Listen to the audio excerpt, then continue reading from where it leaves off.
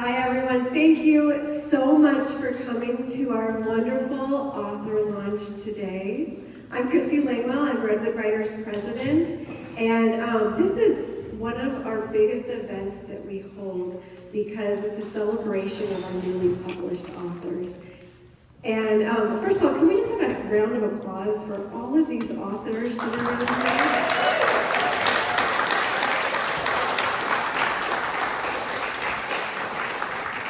So, publishing a book is no joke.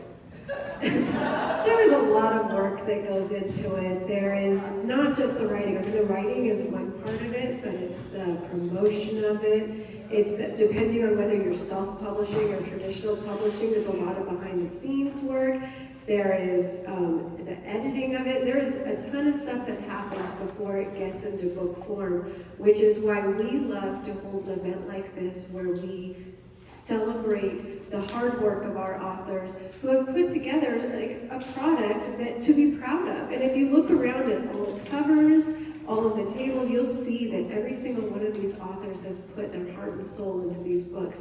And we're about to get a taste of that, which is really exciting. Today is not my event, so you're going to see very little of me, but you will see Judy Baker, Mara Johnstone, and Janice Rowley, who put together, it was behind the scenes of this wonderful event and brought all these authors together and will be running the show today. So I'm going to have them come up and introduce themselves and the program. Do you want all three of you to come up right now? Yes. Yeah. So I'm going to hand this over to Judy, and thank you guys all for coming. Now, don't be fooled. Chrissy did play a big part in author launch. This year, she didn't have to be up here the whole time, but she did the beautiful website and kept me from jumping off a cliff. So I'm very happy to have Chrissy as part of the team and our other team members. I'm going to turn this over. Let me just say, I'm a past president. I'm your current newsletter editor and the editor-in-chief of the upcoming prose anthology. And here is Mara. I'm going to let her introduce herself. Hello, I'm Mara Johnstone. I'm one of the vice presidents, and this has been a fun event to plan. I'm glad everybody could be here. There's a couple other events that are happening on this same day that are writer-oriented, so that's unfortunate timing, but I think we're going to have a lovely event either way. I'm looking forward to it. And I'm Janice Rowley. I am a past board member, past membership chair, currently member at large, and I feel that most days on the board. So I do a little of this and a little of that. Welcome to everyone today. Oh, I wanted to give you a clue on how we're going to run this. So because we have three, each of us is going to introduce in order three authors. So each author is going to come up. You can decide if you want to stand where where we're standing right now, or on the stage. And the acoustics are amazing. You will have a microphone. So if you really want to be seen, stand up on the stage, but down here is fine too, because we have a little more intimate audience than we were anticipating. So, the podium, oh yes, if you do put your stuff on the podium, don't stand behind it because we won't be able to see you. You'll be hidden. What we're going to do is each of us will be introducing the authors, reading your bio, and then each author has up to 5 minutes to read an excerpt from their book. Pam, hold those up. Pam, stand up so everybody can see you. Pam has the timing cards, so if you are approaching the blast off, she's going to give you a 60-second, a 30-second, and if you see the red one, shut up and sit down. Oh yes, and Melena's going to be doing that same job in the second half. We will take a break in the middle, and we're going to ask if you will let the authors go and get something to eat before the rest of you, so that they can get back to their tables and sell you more books. So I think, are we ready to roll? We're ready to roll. So with that, let me introduce our first author.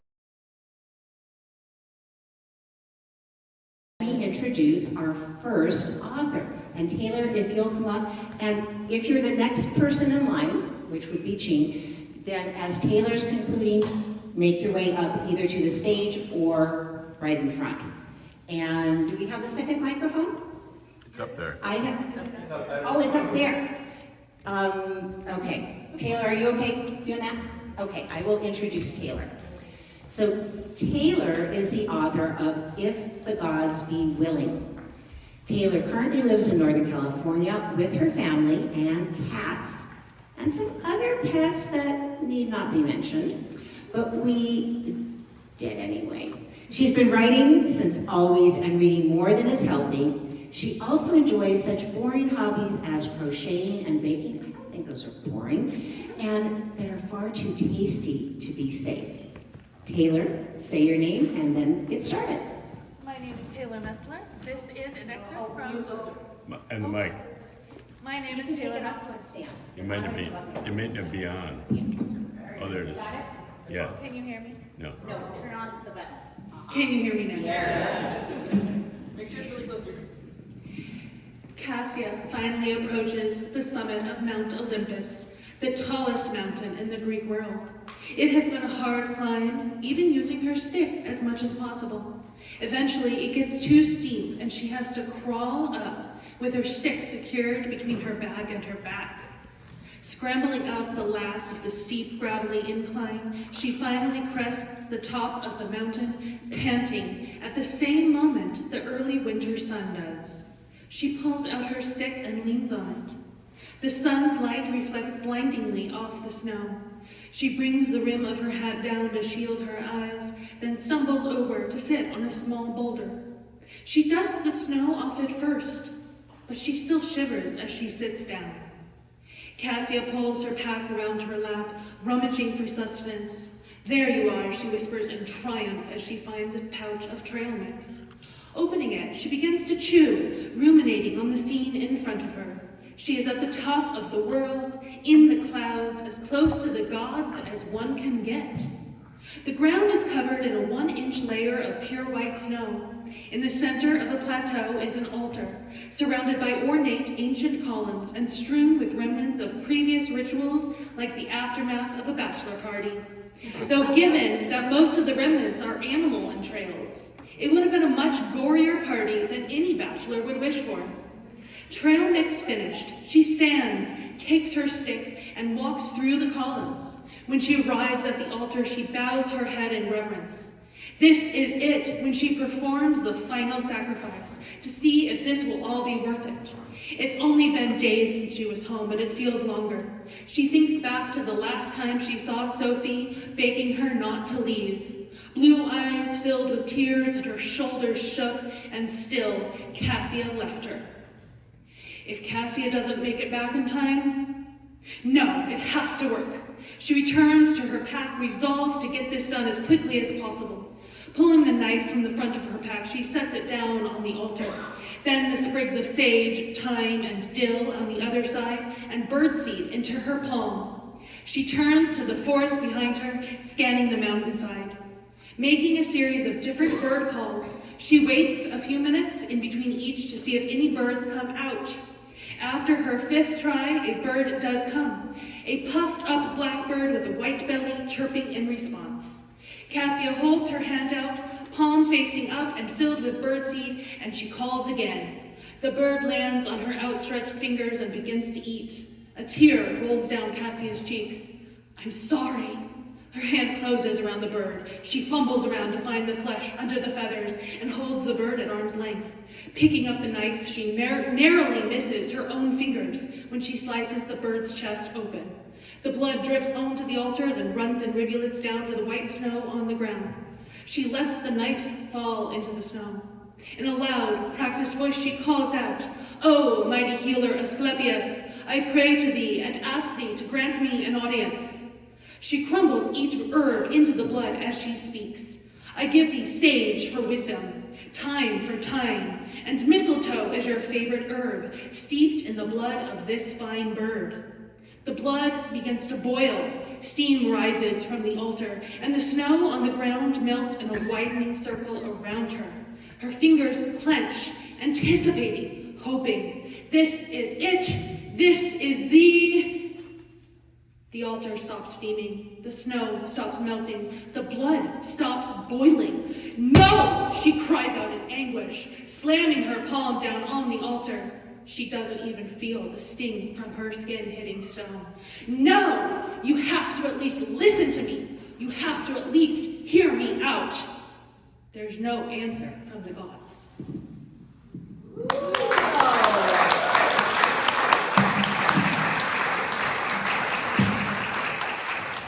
And that is a fabulous kickoff.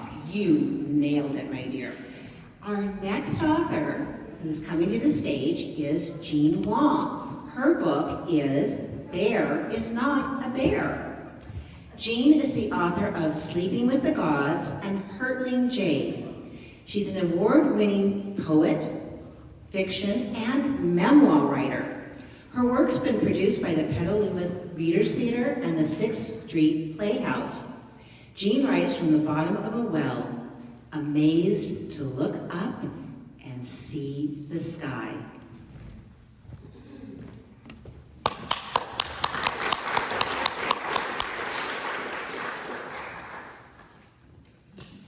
Thanks for having me here today. I'd like to read from my poetry collection called Bear is Not a Bear, and start off with Little Man, followed by Flea.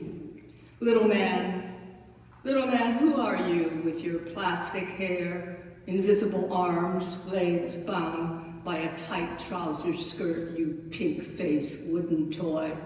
I know your power to don your red jacket, transform your stiff self into murder. Get back into your box before you start your schemes. Rest quiet under your lid. Try not to make any noise. Stay for a century. Give us a break before you start again. Flee. Me pee, big wig, stick closer, fumble, turn, blue, out of here, fear, scary, scared, bounce, house, moan, foam at mouth, mad, red, rage, blow, lawman, raw, lawless, loin, legal, low down gun, go bang, go shout, go up at me, we flee, fearly, grief, flee, run, get out of here, run, scream, sing, duck, run, heart, oh fuck, fall, muck, suck, muck, me, we, me, no, near me, fear, hear me, no, not, see, not here, only fear, only fall, fear, flee, we flee.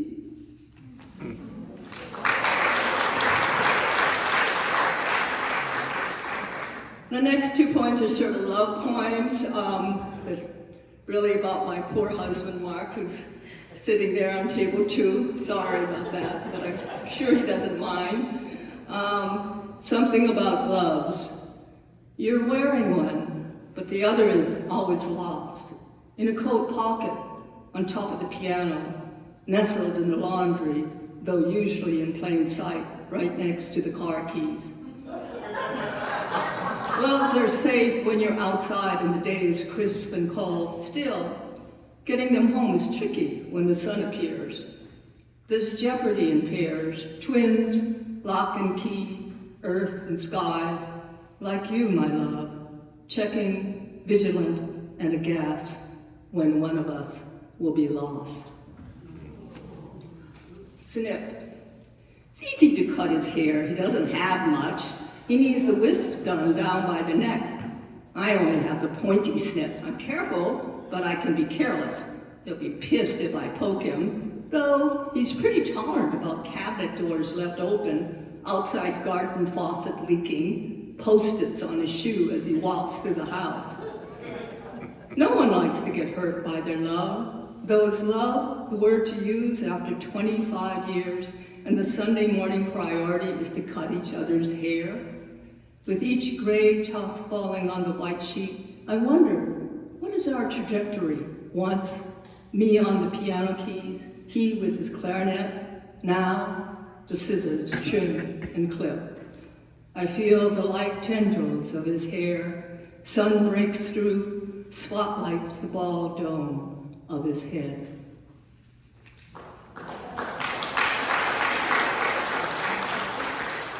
So you probably can tell from the cover of my book that I'm kind of a cat lady. So I'd like to read two last poems regarding the cats. Origins and bear is not a bear. Origins. Trying to feed them, they whirl in excitement, blocking their bowl, delaying the feast. So too do I find my purpose, deterred by desire. Bear is not a bear, though he is bare wild. His eyes hide behind eyes while he brushes my teeth with his tail and tattoos my arm, droplets of blood left by a leak. He's elemental in his needs, whereas I am pharaoh in my thoughts. His job is to scatter tufts of fur on my new carpet, leading me to grounded space with brush in hand. Trees grow to the ceiling, and vines crawl the walls as he slinks, savoring his strategies. I resist his jungle magic with my busyness.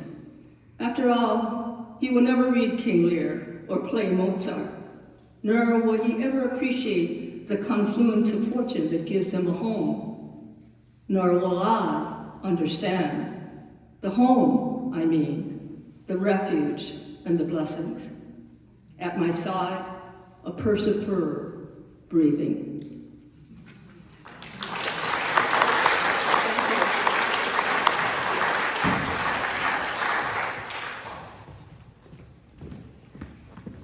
We're going to move the podium a little closer to y'all because it's a bit far back.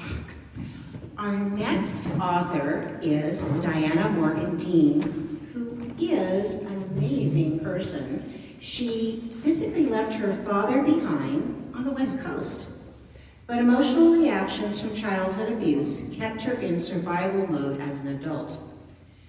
She had many different careers. She was a secretary in New York, photojournalist in Florida, unity minister in California, but nothing filled the hole in her soul. As Diana says, transforming crap into compost opened my heart to live in wonder of what today offers. Take it away. Thank you. Hello. Am I close enough? Yeah, okay. I'm Diana Morgan Dean, as I was just introduced. My memoir is Compost Happens, Growing a Flourishing Life After Childhood Abuse. In my reading today, at that time in my life, in my reading, I was staff photographer at the Pensacola News-Journal in Florida. After a long day waiting for Senator Bob Sykes in a broiling skeeter-filled park with overexposed film and blurry shots, Mitch and I drag ourselves up the stairs to our apartment, eager to escape to Margaritaville. Divorced from our spouses, then sponsors of Vietnamese refugees, then marriage. What a whirlwind our relationship is. I kick off my shoes and riffle through the cabinets for chips. Mitch heads straight to the blender and returns with 2 brimming glasses, no salt. Here's today's off, I say. We clink. How many times have you thought that you had a great shot, only to discover you didn't have diddly squat, I ask. Too many. This job wears me out. I sip my drink, calculating. Mitch had been a photographer for 20 years. How much longer did he plan on working?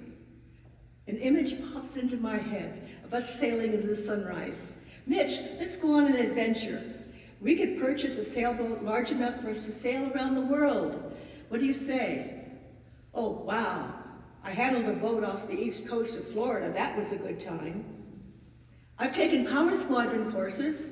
We could have a fantastic life. I hold out my glass and Mitch pours another drink. Let's not wait. I'm jaded at work. It's not fun anymore, he admits.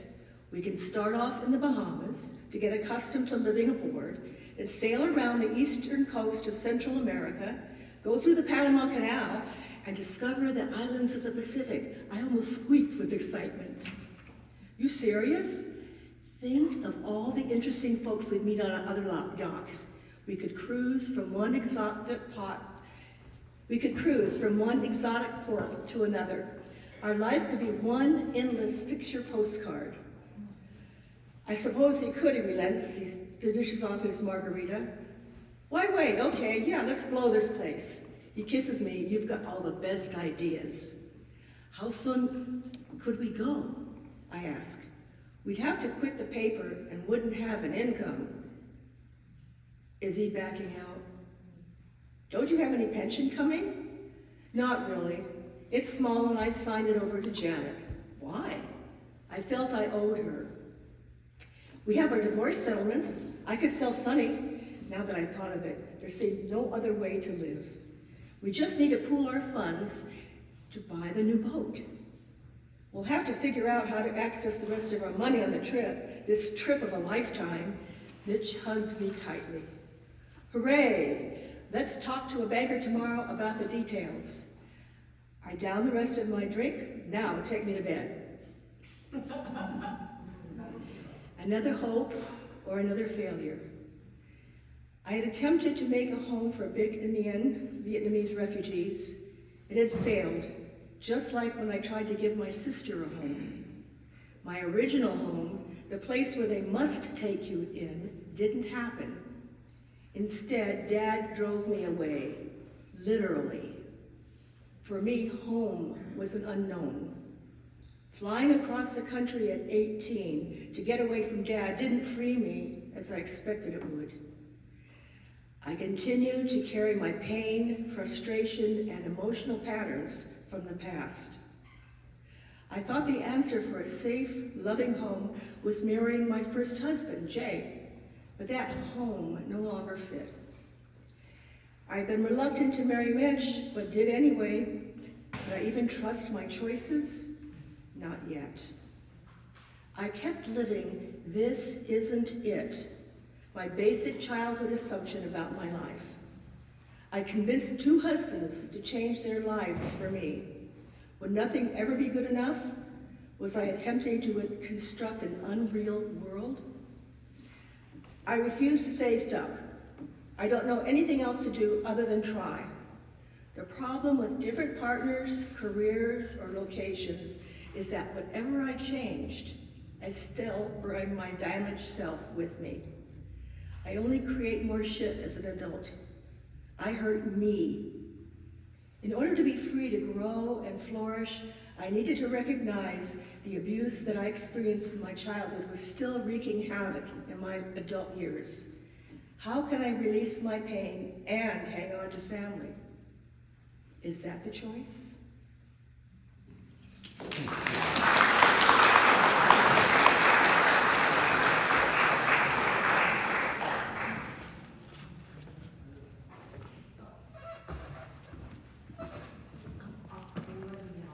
All right, next up we have Pappas. She is an award-winning entrepreneur, humanitarian, and survivor of a traumatic childhood who learned to leverage the power of self-reflection and redefine her core beliefs. She's mentored hundreds of employees, thousands of customers, and earned the moniker the wise woman of South Omo, Ethiopia.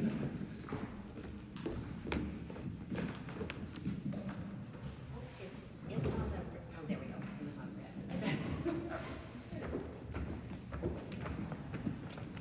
Am I okay here? Yeah, that's great. Okay. Have you ever wondered if you're settling for the crumbs of other people's lives? You know, since my book entered the world, I've been on a lot of podcasts, and people have been, I've heard from a lot of women, some men, and they're generally saying, you know, I didn't have a good role model when I was growing up. How am I supposed to be a parent? Or they're telling me, you know, I feel stuck.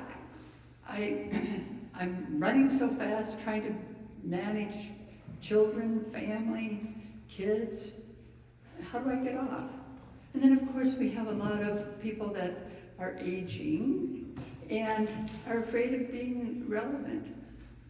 And then we have people that are retiring and saying, what is it? What's my purpose? What's this all about?